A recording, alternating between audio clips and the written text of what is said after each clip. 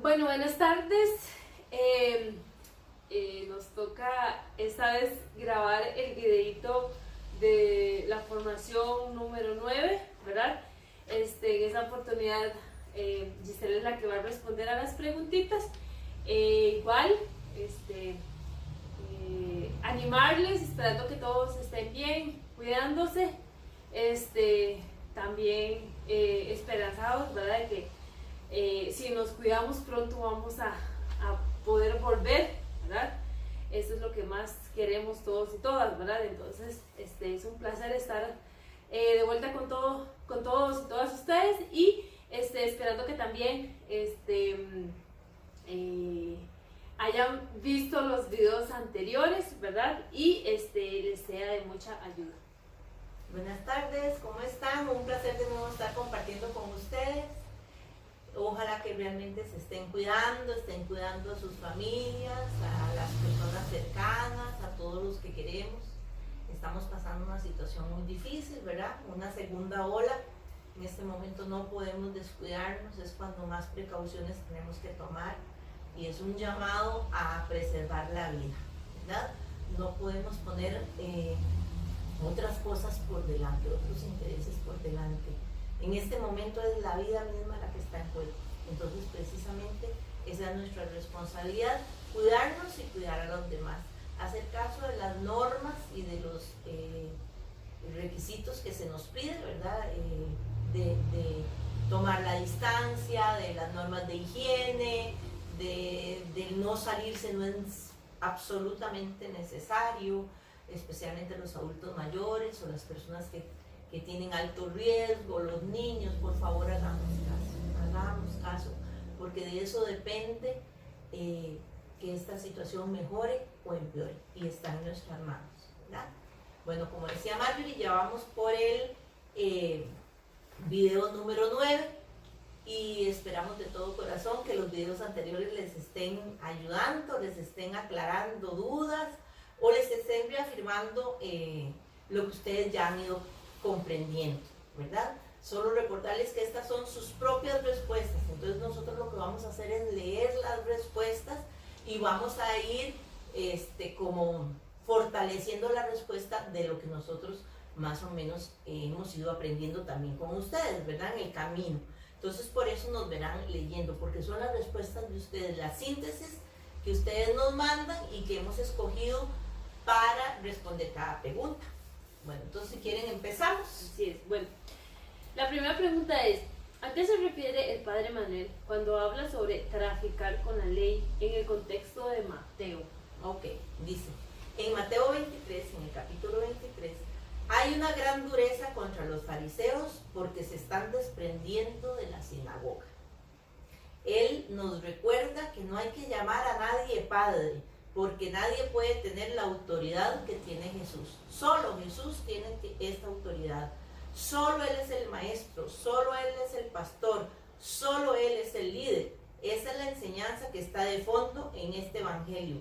Nadie puede ocupar el cargo de Jesús, ¿verdad? Recordemos que esto también lo decía Mateo, porque padre se le llamaba al emperador. Entonces había que dejar claro, el único padre es Jesús, no el emperador, no el imperio romano es el que tiene el poder, sino la autoridad y el poder la tiene únicamente Jesús. También el honor, recordemos que el honor es muy importante para la comunidad judía, ¿verdad? No solo de ahora, de siempre. Entonces, ese honor se garantizaba o se ganaba por medio del nacimiento o por medio de buenas obras, ¿verdad? La gente hacía buenas obras para ser reconocida delante de la comunidad como una persona de honor. Pero quien tiene en la comunidad de Mateo el poder de reconocer o de quitar este honor es la misma comunidad, ¿verdad? Entonces la comunidad le está reconociendo la autoridad a Jesús, no al emperador, ni no a ciertos líderes religiosos que se creían estar por encima de otras personas. El término traficar con la ley es explicado por el Padre Manuel cuando aborda la explicación del ay de ustedes, letrados y fariseos hipócritas, que devoran los bienes de las viudas mientras hacen largas oraciones para que los tengan por justos. La sentencia para ustedes será más severa. Este ay nos expresa que se trata de una cuestión de robo, de una injusticia, porque es el estar ofreciendo oraciones o discursos religiosos a cambio de un tributo, ¿verdad? Entonces, ¿qué era lo que estaba pasando? Habían personas, viudas especialmente, viudas de dinero, que por su sufrimiento, ¿verdad? Estaban siendo explotadas o robadas por ciertos los líderes religiosos. En este caso estamos viendo que son los fariseos, los letrados, ¿verdad? Que ofrecían sus servicios de rezar por ellas, de hacer grandes discursos y oraciones, ¿verdad? Para que ese dolor se les fuera quitando. Entonces, ¿qué pasaba? Era una especie de robo, porque entonces era tal la explotación que muchas de estas mujeres quedaron en la ruina total por estar pagando y pagando aquellas oraciones, ¿verdad? Entonces, el padre nos decía también que esto es como que en la actualidad los sacerdotes o los obispos cobraran por dar los sacramentos, ¿verdad? Y a este robo, a esta tráfico de ley, ¿verdad? Se le llamaba simonía. ¿Por qué? Porque resulta que en Hechos de los Apóstoles había un mago que se llamaba Simón, que quiso comprarle a los discípulos los poderes que ellos tenían por medio del Espíritu Santo. Entonces Pedro se enojó tanto que incluso le quitó los poderes que tenía este Simón el mago. Entonces, debido a esto, es que este traficar con los dones o con la ley se le llama simonía. Y de hecho dice, es castigado por el derecho canónico, ¿verdad? Ahora, entonces, el padre Manuel también nos daba ejemplos, ¿verdad? De que, ojo, ¿verdad? Que tengamos cuidado con aquellos sacerdotes, ¿verdad? Que van y celebran misas privadas, ¿verdad? O primeras comuniones privadas. Entonces, él decía, hay que ponerle mucha atención a eso, ¿verdad? Porque posiblemente se estaría tratando de esto, ¿verdad? Entonces, por eso es que él nos decía que eso era castigado por el derecho canónico, ¿verdad? Y los sacerdotes, por ende, conocen eso. Entonces, pero era una realidad tanto que estaba pasando en la comunidad de Mateo y también podríamos decir que pasa ahora, ¿verdad? Claro. Con ciertos líderes religiosos. Y lo más duro, ¿verdad?, que nos decía el padre, es que era como querer pretender la gracia de Dios, ¿verdad? Eso es una cosa muy seria, ¿verdad? Bueno, dice la pregunta número 2. Según lo explicado en el video, ¿de quién está hablando Mateo cuando dice: tengan cuidado con aquellos que llegan con piel de oveja, pero son lobos rapaces? ¿Cómo distinguir uno del otro? Bueno, este texto está en Mateo 7:15. Tengan cuidado con los que llegan a ustedes con pieles de oveja, pero son lobos rapaces. A veces uno piensa que estos lobos rapaces es como gente que está fuera de la comunidad, que viene a engañar a la comunidad. Pero nos explicaba el padre Manuel que no. Estos lobos rapaces que vienen vestidos de ovejas son del mismo grupo de los cristianos, ¿verdad? Recordemos que aunque la comunidad de Mateo está teniendo problemas externos muy muy fuertes, los problemas más graves son los internos, y este es uno de ellos, ¿verdad? Como dentro de la misma comunidad hay gente que no se está comprometiendo con los valores del reino, ¿verdad? Entonces, la respuesta decía, se refiere a grupos que están dentro del mismo grupo cristiano. Quiere decir que parecen cristianos que andan con piel de oveja, pero son lobos rapaces. Parecen cristianos, parece que pertenecen al rebaño de Jesús, pero realmente no son cristianos. ¿Por qué? Porque no están viviendo según lo que la comunidad quiere, ¿verdad? Sino que son lobos porque se están comiendo mutuamente. Oigan ustedes qué frase tan fuerte. O sea, como a veces entre los mismos grupos o familias, ¿verdad?, los problemas son muy serios, y donde tenemos al peor enemigo es dentro de la comunidad o dentro de la familia. Comerse mutuamente, horrible, ¿verdad? Pero pasa. en la comunidad de Mateo estaba pasando. Por eso es que el Padre Manuel nos explica que los problemas más graves no estaban afuera, estaban adentro.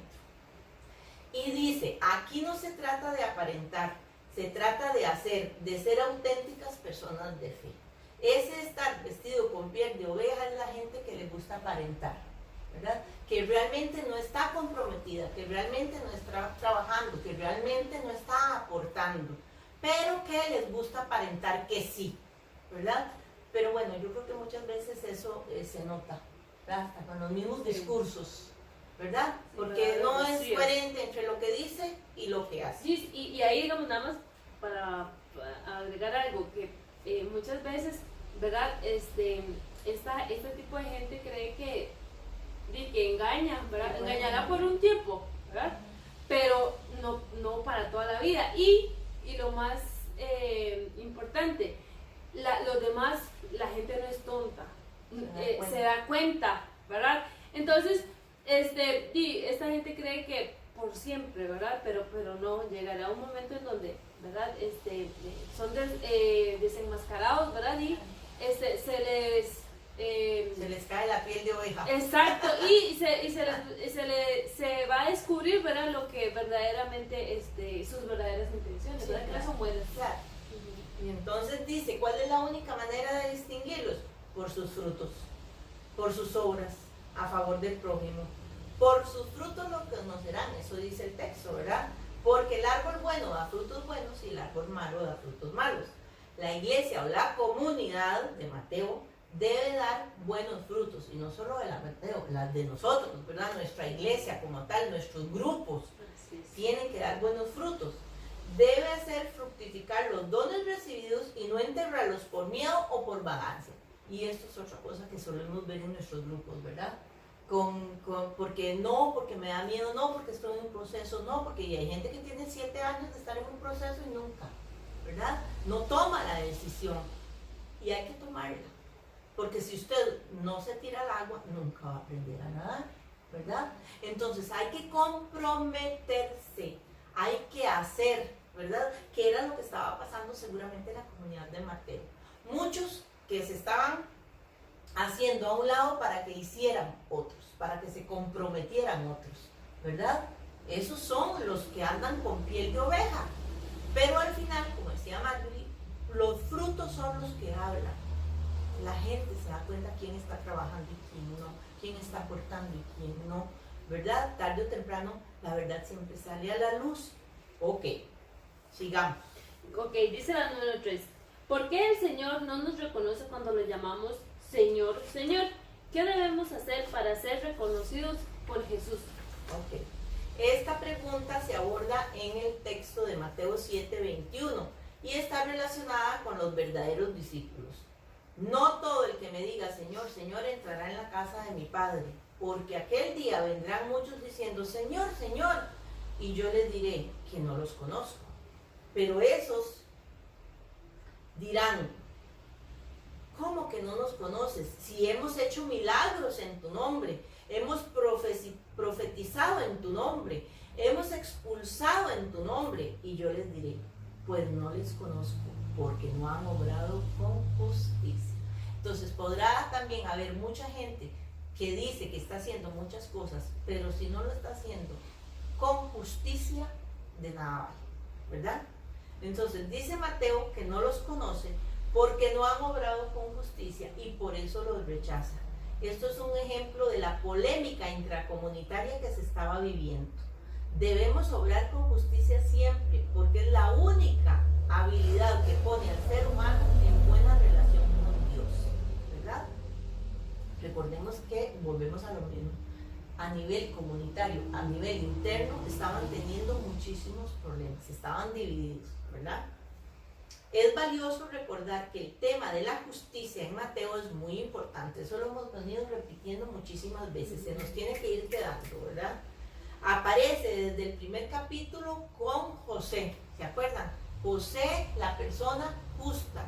El discípulo por excelencia, José. Era un hombre justo, De nada sirve pagar los respectivos diezmos si se olvidan la misericordia y la justicia. Que esto es otro problema que había también en la comunidad, ¿verdad?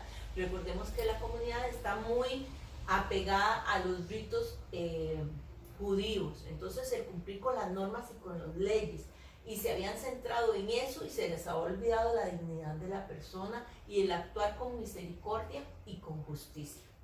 Eso, si lo traemos al hoy, todavía lo vivimos, desgraciadamente, ¿verdad? Mucha gente que cumple las normas religiosas, ¿verdad? Los ritos, ir a la misa, rezar el rosario, y no es que eso esté mal, eso está bien. El problema es que de nada nos vale ir a misa, rezar el rosario, rezar todas las novenas del mundo, si a la hora de la hora no estamos respetando al hermano o a la hermana, no lo estamos tratando con misericordia, no estamos dialogando con él o con ella, ¿verdad? Y también otra cosa importante es que nadie es perfecto, ¿verdad? Por supuesto, todos tenemos estos aspectos negativos en nuestras vidas, pero lo importante es reconocerlo y querer cambiar, porque de nada sirve si yo quiero cambiar, pero el hermano o la hermana no quiere cambiar conmigo, ¿verdad? No podemos llegar a una buena relación. Entonces hay que tener eso muy presente.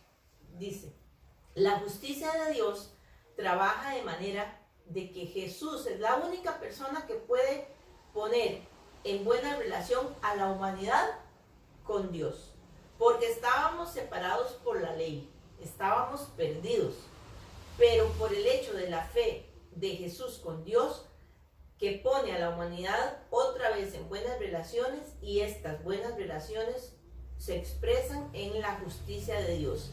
Esta justicia entra no por medio de premio y castigo, entra como un acto gratuito de Dios, de tal manera que la comunidad no tiene que hacer absolutamente nada para recibir la gratuidad o el don de ser tratado justamente. Y por ahí está la idea de sean justos como Dios es justo. En pocas palabras, la justicia humana no es la misma justicia de Dios. La justicia de Dios es gratuita. Él nos ama, Él nos da todo gratis, no porque lo merezcamos, no porque esta es buena persona, o no porque esta cumple la ley, o no porque no es un Dios retributivo, es un Dios que se da, que nos ama, que se dona, que lo da todo gratuitamente. Nosotros, la justicia nuestra no es así. La justicia nuestra está basada en según lo que me da, yo le doy, ¿verdad? Según el perdón o el arrepentimiento que demuestra, yo lo perdono. Y en muchas ocasiones ni eso, ¿verdad? Se sigue con el rencor, con el odio, con el resentimiento durante años y años, ¿verdad? Entonces, cuidado, porque nuestras comunidades tienen que ser reflejo de un Dios que es amor, que es misericordia, que es perdón, no un Dios que castiga, que enjuicia, que busca ganarnos por medio de ritos o sacrificios. No, así no es. Es por puro amor, por pura bondad, por pura misericordia. Y es lo que se nos pide a nosotros también, que actuemos con esa misma misericordia, amor y bondad y justicia con el hermano y la hermana, con la persona que tenemos a la par, especialmente con aquellas personas que están siendo excluidas por la comunidad, ¿verdad? Dice, debemos practicar la misericordia y encontrarnos con el Señor ya, desde ahora, no es para mañana, es ya, ¿verdad? ¿En dónde? En los pobres, en los hambrientos, en los sedientos, en los desnudos, en los presos o en los enfermos. El texto dice, lo que hiciste con uno de estos mis hermanos más pequeños, conmigo lo hicisteis. Mateo 25, del 31 al 46. Son las últimas enseñanzas de Jesús en el Evangelio de Mateo. Palabras paradójicas y de especial solemnidad. Solo así entraremos en una relación con Dios. Porque ¿qué pasa? Mucha gente dice, no, es que la relación mía con Dios y es Dios conmigo y yo con Él. No, así no es. Porque esos son aspectos egoístas. Recuerden que el llegar a Dios es por medio de la comunidad. La comunidad es sagrada. cada uno de los miembros de la comunidad es sagrada, ¿verdad? Y todo lo malo que se le hace a uno, se le hace a la comunidad entera, así como todo lo bueno se le hace a la comunidad entera. Entonces, la forma de entrar a relacionarnos directamente con Dios es por medio de los hermanos, en especial de aquellos que son excluidos, marginados o que tienen la vida amenazada. Ok, dice la pregunta 4. ¿Qué representan los 7 ay descritos en Mateo capítulo 23, del 23 al 42? ¿Verdad? Dice, en el capítulo 23 del Evangelio de Mateo nos encontramos con una polémica durísima contra el judaísmo fariseo. Recordemos que hay aquí una ruptura, ¿verdad? Que habían dos grupos, el grupo del judaísmo mesiánico y el grupo del judaísmo fariseo. Entonces, esta dureza verbal que se utiliza es tremenda, son los ayes, ¿verdad? Ay de vosotros, escribas y fariseos hipócritas, y todos los ayes van dirigidos a este grupo, ¿verdad?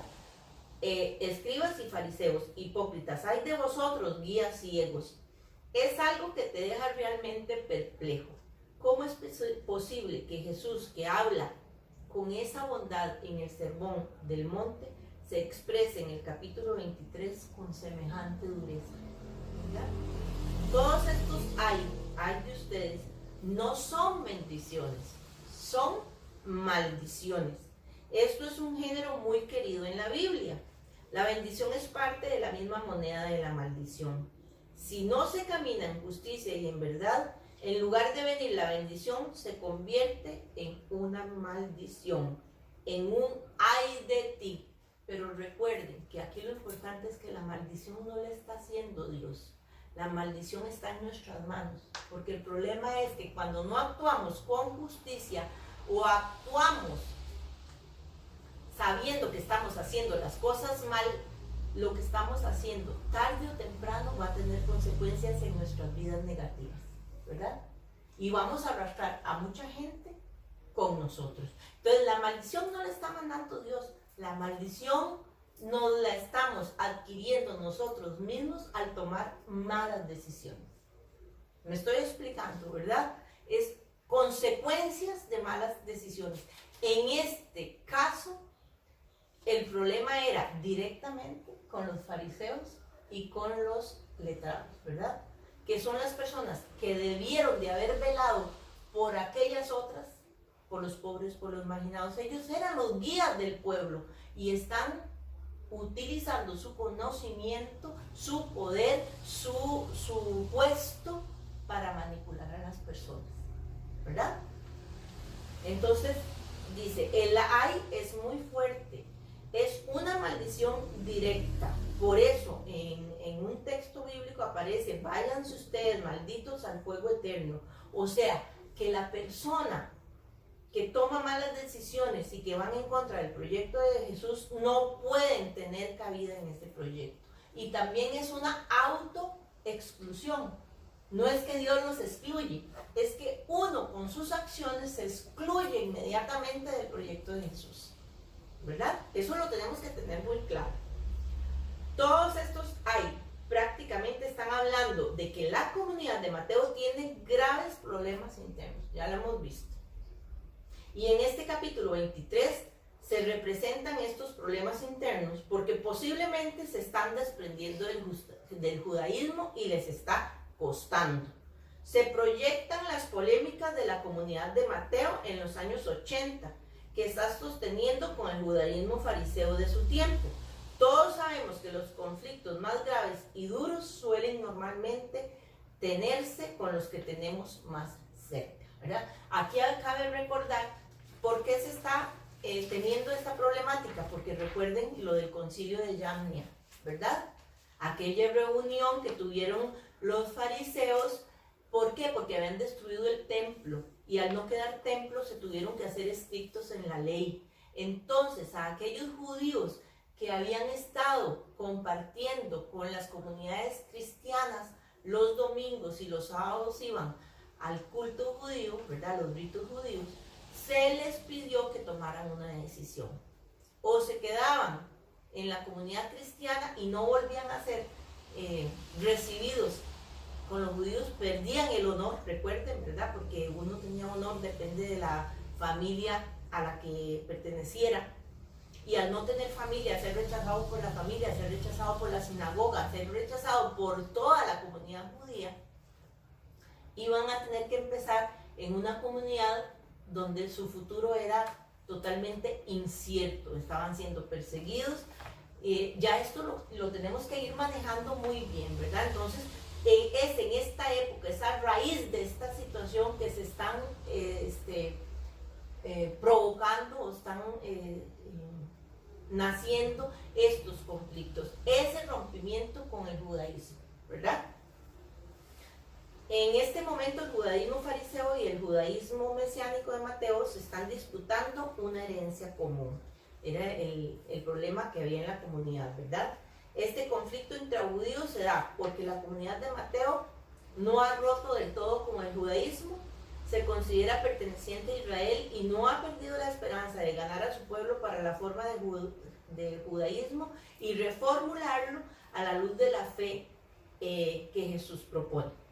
La comunidad juega con ideas que ellos creían y nosotros no podemos juzgarlos porque nosotros somos solamente invitados a esa cultura y como invitados tenemos que entender cómo ellos entendían su cultura. Eso es algo muy importante, que es lo que tratamos de hacer también en lectura popular y comunitaria de la Biblia. Por eso nosotros les insistimos a ustedes tanto en el conocer el contexto, porque nosotros no podemos traer el mensaje o la forma de relacionarse esta gente en ese momento al hoy inmediatamente.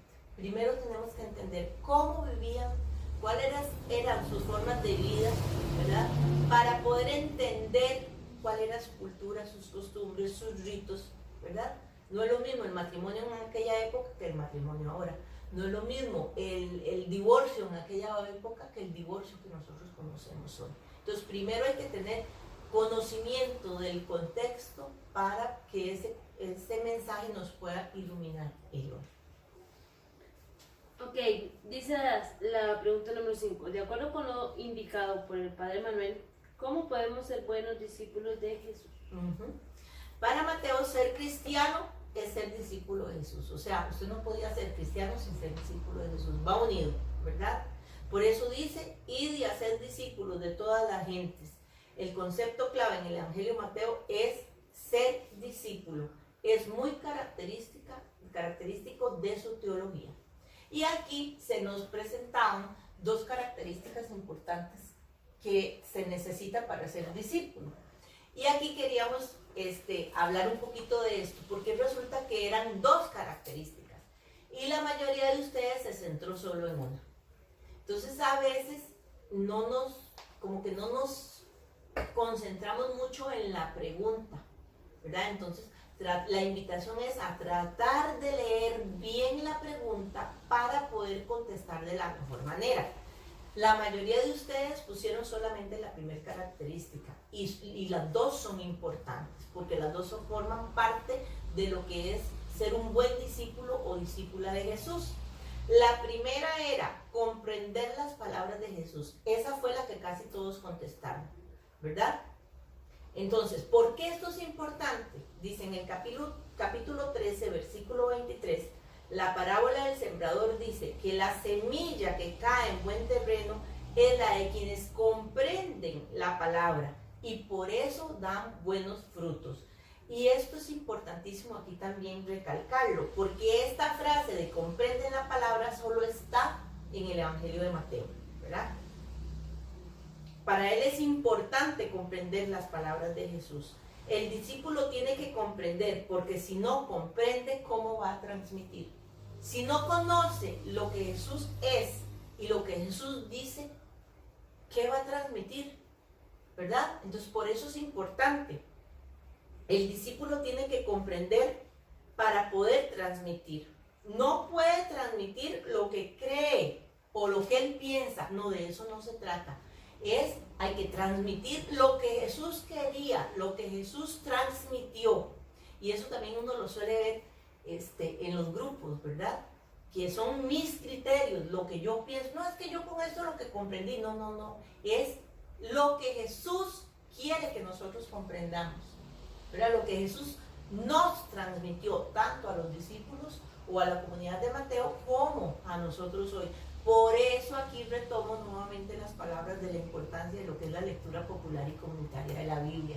Por eso escuchar la palabra es tan importante, comprender el contexto es tan importante, porque si no, podríamos estar diciendo que seguimos a Jesús, pero lo estamos siguiendo de una forma equivocada. ¿Por qué? Porque estamos malinterpretando lo que Jesús dijo, o lo estamos acomodando a lo que yo quiero oír, ¿verdad? Y eso es muy peligroso, es un arma de doble filo. Entonces, por eso hay que saber, ¿verdad?, la esencia, el mensaje, conocer el contexto. Vamos a ver qué dice aquí. Dice,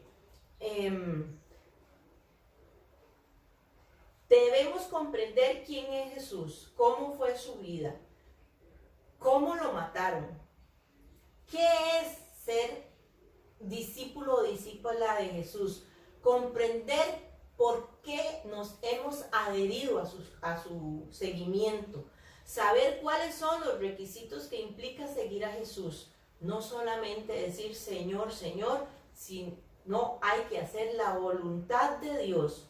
Una vez que has comprendido eso, puedes entonces empezar a ser discípulo o discípula.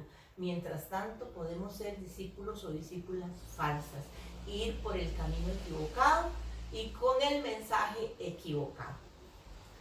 Como iglesia en salida debemos anunciar la alegría del Evangelio, porque transmite enseñanza, sabiduría, acoge, bendice, acompaña, discierne. También es importante saber cómo ser misionero para uno mismo. Esto me pareció maravilloso. Comenzar a hacernos discípulos nosotros mismos hasta lograr una conversión íntima, porque a veces ni nosotros mismos estamos convencidos de la fe que tenemos en Jesús, ¿verdad? Entonces el primer viaje es a nuestro interior, a reconocer que hemos fallado, que nos hemos equivocado, pero que tenemos la oportunidad de cambiar. El problema es cuando la persona no quiere cambiar. Cuando la persona, porque eso es entonces quedarse en el egoísmo y no conocer a Jesús o no conocer su mensaje, sino solo pensar lo que yo quiero, lo que yo creo, lo que yo pienso, ¿verdad? La palabra del Evangelio es la buena noticia de Jesús, que viene a enseñarnos un camino de justicia, que viene a decirnos que Dios vive en los pobres, en los marginados, y por ello hay que dar esos frutos, hay que ser terreno fértil. Y la otra característica, que fue la que casi nadie nos escribió, fue la confianza en el poder del Señor resucitado. Esto lo expresa fundamentalmente en relatos de milagros. La confianza es requerimiento del discipulado. Por ejemplo, en el capítulo 8, del 5 al 13, se nos presenta el caso del centurión de Cafarnaúm, un pagano que pide a Jesús que cure a su criado que está muy enfermo. Recordemos que el Evangelio de Mateo está haciendo una crítica a la fe de la comunidad judía, porque está encontrando más fe en los paganos que en los propios judíos, ¿verdad? Entonces por eso se pone el ejemplo del centurión, como un hombre, un miembro de la milicia de Roma, está presentando más fe que uno de sus propios discípulos o uno de los propios seguidores o uno de los propios pertenecientes al pueblo de Israel. ¿Verdad? Se está encontrando más fe en los paganos que en los propios miembros de la comunidad de Mateo, que en su mayoría son judíos, ¿verdad? Recordemos. Los discípulos se presentan como hombres de poca fe en el Evangelio de Mateo. Recordemos que en Marcos los discípulos se presentan de una forma muy negativa, no entienden nunca a Jesús y no acaban nunca de creer en Él. En cambio, en Mateo los presenta de una forma un poquito más positiva, porque es un concepto típico de este evangelista presentar a los discípulos como hombres de poca fe. No que no tengan fe, sino de poca fe. Lógicamente, quien tiene poca fe, por lo menos tiene algo de fe, ¿verdad? Aunque sea poca.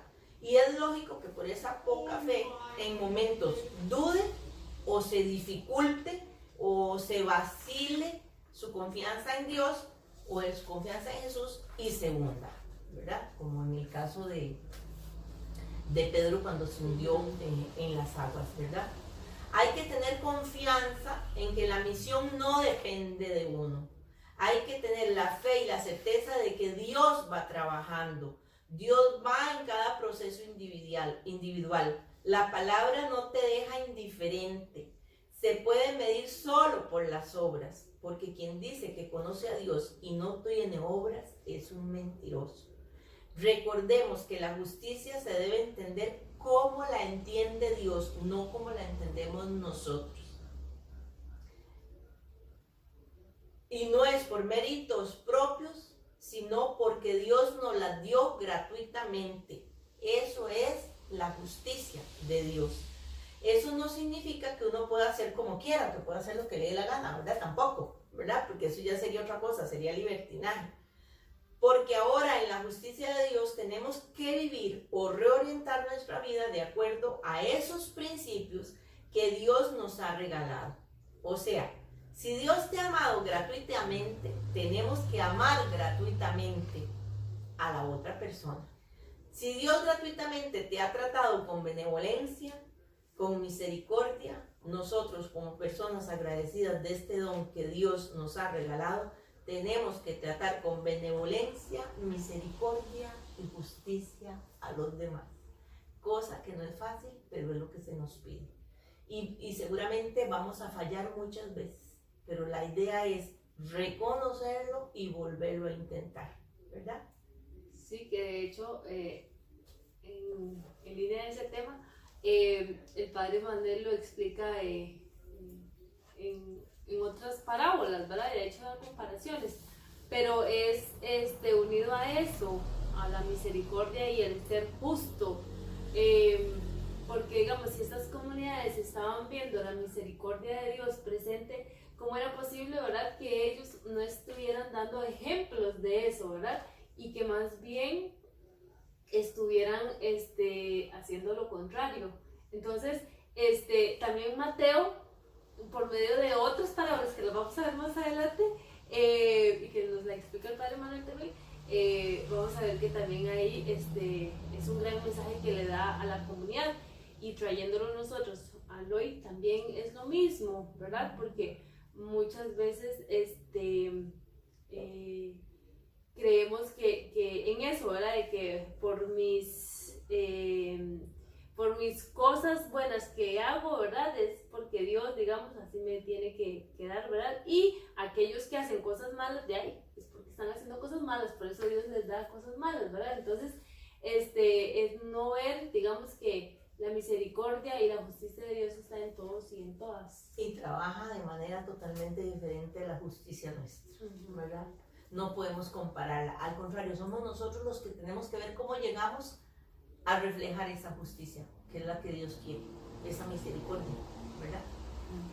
Ok, ya para terminar, ya nos queda la pregunta número 6. Dice, de acuerdo con todo lo visto en este capítulo, ¿cuál es el corazón del Evangelio de Mateo? Y Mateo lo explica así, ¿verdad? No se anda con rodeos, lo dice claramente. El corazón del Evangelio es la justicia, la misericordia y la lealtad. Y lo vemos en uno de los ayes, que dice, ay de ustedes, letrados y fariseos hipócritas, que pagan el impuesto de la menta, del anís, del comino, y descuidan lo más importante de la ley, la justicia, la misericordia y la lealtad, ¿verdad? Y no es que esté mal pagar el impuesto de la menta, del anís, del comino. Recuerden que estas son especies muy queridas en aquella época, especialmente el lado mediterráneo, ¿verdad? Entonces, no es que esté mal pagar los impuestos, eso hay que observarlo, pero no hay que descuidar otra cosa, que es la misericordia y la lealtad, ¿verdad? Y la justicia. ¿Con quiénes? Especialmente con los más necesitados. ¿Qué es lo que quiere decir esto? Que a veces volvemos a lo mismo, que a veces nosotros solo estamos cumpliendo normas y leyes, que hay que pagar el impuesto aquí, que hay que ir a la misa tal día, que hay que cumplir el rosario de tal fecha, que las fiestas Los días de fiesta hay que guardarlos, que hay que comulgar, ¿verdad? Y todo eso es importante, pero no podemos observar solo esto y dejar la misericordia con el hermano o la hermana o con el más necesitado de lado. Tiene que ir en forma equilibrada. Es lo que siempre les decimos en los talleres. Yo voy a misa, recibo a Jesús, escucho la palabra, la Eucaristía, la hago vida, pero una vez que yo salga de esa misa, de esa Eucaristía, yo tengo que poner en práctica lo que ahí escuché y de lo que me alimenté. ¿Dónde? En mi familia, en el grupo al que asisto, en el grupo de oración, en mi trabajo, con el grupo de amigos, especialmente con las personas que están siendo excluidas por la sociedad, ¿verdad? Entonces, que no se nos olvide, no podemos dejar de lado la dignidad de la persona, la integridad de la persona. Recordemos que para Jesús estaba primero la vida y después la ley, después de cumplir normas, ¿verdad? Sí, en cuanto a eso, no se me olvida la idea. Ayer celebrábamos el Corpus Christi, ¿verdad? Pero algo que me llamó la atención, ¿verdad? Es que acá en muchas comunidades, ¿verdad? Sacaron al Santísimo, ¿verdad? Y lo transportaron y anduvo ahí por varias comunidades. Entonces, ahí es lo que digamos, Giselle está diciendo, que no se nos puede olvidar, ¿verdad? Porque con esto recordamos que el cuerpo de Cristo solo está ahí, ¿verdad? Cuando pasó, hicieron la procesión y el cuerpo de Cristo lo metieron otra vez ahí. Pero también, digamos, yo lo uno y con unas imágenes ahí que recibí de que el cuerpo de Cristo está en aquellos que sufren, ¿verdad? En este momento, ¿verdad? Por la pandemia. Ese es el cuerpo de Cristo, ¿verdad? El cuerpo de Cristo es aquellos médicos que están en primera línea. El cuerpo de Cristo es aquellos policías que velan por el cuidado del pueblo. El cuerpo de Cristo es aquellos que están ayudando a los adultos mayores. Entonces, no se nos puede olvidar, ¿verdad? De que sí, celebramos el cuerpo de Cristo, ¿verdad? Pero no es solo que Él esté ahí, ¿verdad? Y que salió por un rato, ¿verdad? Es que siempre lo tenemos, es que siempre está ahí, ¿verdad? Entonces, muchas veces eso se nos olvida, nos hacemos los ciegos, ¿verdad? Entonces, qué bonito cuando la iglesia lo saca, ¿verdad? Ahí, custodiado y todo, pero que está bien, o sea, no es que yo estoy diciendo que está mal, no, está bien, porque es nuestra religiosidad, pero que no se nos olvide, de verdad, que nosotros lo hacemos vida, que se nos nota, que somos cristianos y cristianas en aquellos que más necesitan. O sea, podríamos decirlo que Jesús está en la Eucaristía, está en el Santísimo, pero no solo está ahí. No podemos olvidar eso. No solo está ahí, especialmente en esos momentos de pandemia, ¿verdad? ¿Dónde está? En el necesitado, en el excluido, en el marginado, en el enfermo de COVID, en la familia que ha perdido un ser querido, en la familia que no ha podido ver a su ser querido a la hora de hacerle el funeral, ¿verdad? En aquellas personas que no han podido hacerle un funeral como es debido, porque tal vez los entierran de noche escondidos en ciertos países, ¿verdad? Entonces ahí es donde está el cuerpo de Jesús, en los niños, ¿verdad? En los que más están sufriendo.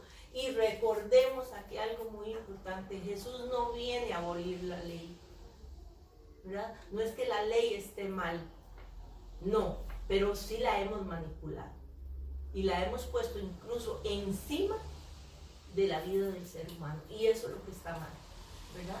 Entonces, Jesús lo que vino fue a darle plenitud a esa ley, o sea, a saberla trabajar, a saberla aplicar, ¿verdad? No a ponerla por encima, que era lo que estaba pasando en la comunidad de Mateo, o mejor dicho, en todas las primeras comunidades, no solo en la de Mateo, ¿verdad? La ley se había convertido en lo único importante y la vida de las personas había pasado a segundo lugar. Y eso es lo que Jesús les dice o les recuerda, ¿verdad? que eso no puede ser. Recuerden que la ley que fue dada a Moisés fue dada precisamente para dar vida. Mandamientos significan palabras, eran las palabras que iban a dar vida a la comunidad, que iban a fortalecerla, que iban a ayudar a poder organizarse y respetar los derechos de uno y de otro. Pero con el tiempo, esa ley, en vez de dar vida, se convirtió en una ley que oprimía, que una ley que más bien provocaba la muerte y la esclavitud de las personas. Y si nos venimos al hoy, desgraciadamente, eso también está pasando, ¿verdad? Entonces dice que lo que esta comunidad de Mateo está haciendo es relativizando la ley o haciendo prioridades para que la comunidad funcione. No pueden cuidar lo pequeñito y descuidar lo más importante, o al revés, ¿verdad? Tiene que haber un equilibrio.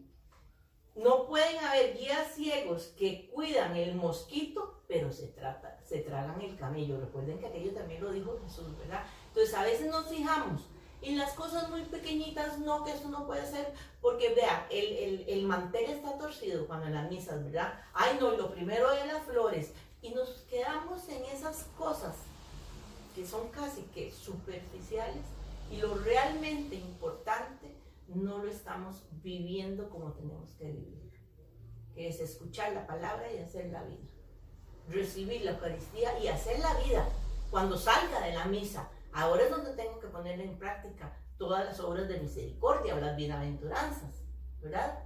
Porque no solo rezar por recibir la Eucaristía y irme para la casa y ya no participé en nada más. No, es que todo eso que voy a compartir en la misa, en la Eucaristía, ahora a través de los medios, ¿verdad?, de comunicación, porque es lo que nos toca vivir, pero tenemos que hacerlo vida con las personas que en este momento están siendo más afectadas de alguna manera. La iglesia o la comunidad es morada de misericordia, de justicia y de luz. Entonces nosotros tenemos que reflejar, recuerden, justicia, misericordia y lealtad, porque ese es el corazón del Evangelio de Mateo. Así es. Bueno, ya hemos finalizado este videito 9. Teníamos muchas cosas por decir, ¿verdad? Yo creo que todos estos videos y todas estas clases del Padre Manuel siempre nos dice cosas, ¿verdad? Entonces, que nos tienen que mover a la acción, ¿verdad? Primero cuestionarnos nosotros, ¿verdad? Y segundo, movernos a la acción. Por ejemplo, eso último que decía Gis, ¿verdad? Que nuestra iglesia tenía que ser morada de misericordia, justicia y luz, ¿verdad? Preguntarnos, nuestra iglesia está siendo morada de misericordia, de justicia, de luz. Nosotros estamos siendo misericordiosos, justos, estamos siendo luz, ¿verdad? O estamos siendo oscuridad en nuestras comunidades, estamos siendo piedras de tropiezo. Entonces, la pregunta es hacia nosotros, ¿verdad? Y sobre todo nuestras comunidades si están reflejando eso. Entonces, agradecerles un montón por permitirnos, ¿verdad? Llegar hasta sus casas por medio de estos videos, y sepan que los hacemos con mucho gusto, ¿verdad? Esperando que los puedan disfrutar y amplíe un poquito más su conocimiento. Bueno, muchísimas gracias, que pasen una linda tarde. Espero que realmente estos videos les hayan servido o les estén sirviendo para fortalecer lo que ya hemos aprendido, o para aclarar dudas, ¿verdad? De eso se trata, por eso lo hacemos y porque fue a solicitud de muchos de ustedes. Y como decía Mario, lo hacemos con todo cariño, con todo el amor del mundo. Sigan cuidándose, sigan haciendo caso a todo lo que se nos pide. Entre más caso hagamos, más pronto podemos salir de esto y más pronto llegará el momento de poder vernos, de poder compartir físicamente, personalmente. Nos extrañamos mucho, yo sé que sí, es una situación difícil, pero tenemos que seguir siendo cautelosos, ¿verdad? Y siendo obedientes a todo lo que se nos pide. Les seguimos invitando a participar a colaborar con el contestar las preguntas. ¿Por qué? Porque eso es una forma de comprender nosotros la palabra, pero también a la hora de compartirlo en los grupos estamos siendo generosos para que otros también aprendan más, ¿verdad? Porque esto enriquece al grupo. Unos contestan de una manera, otros contestan de otra. Entonces, todos esos conocimientos que se ponen en común nos ayudan, nos fortalece, nos aclara a todos y a todas, ¿verdad? Entonces, sigamos fortaleciendo el sentido comunitario. No pensemos a nivel individual, no seamos egoístas, ¿verdad? Sino que aportemos a los demás. Pensemos en comunidad, actuemos en comunidad.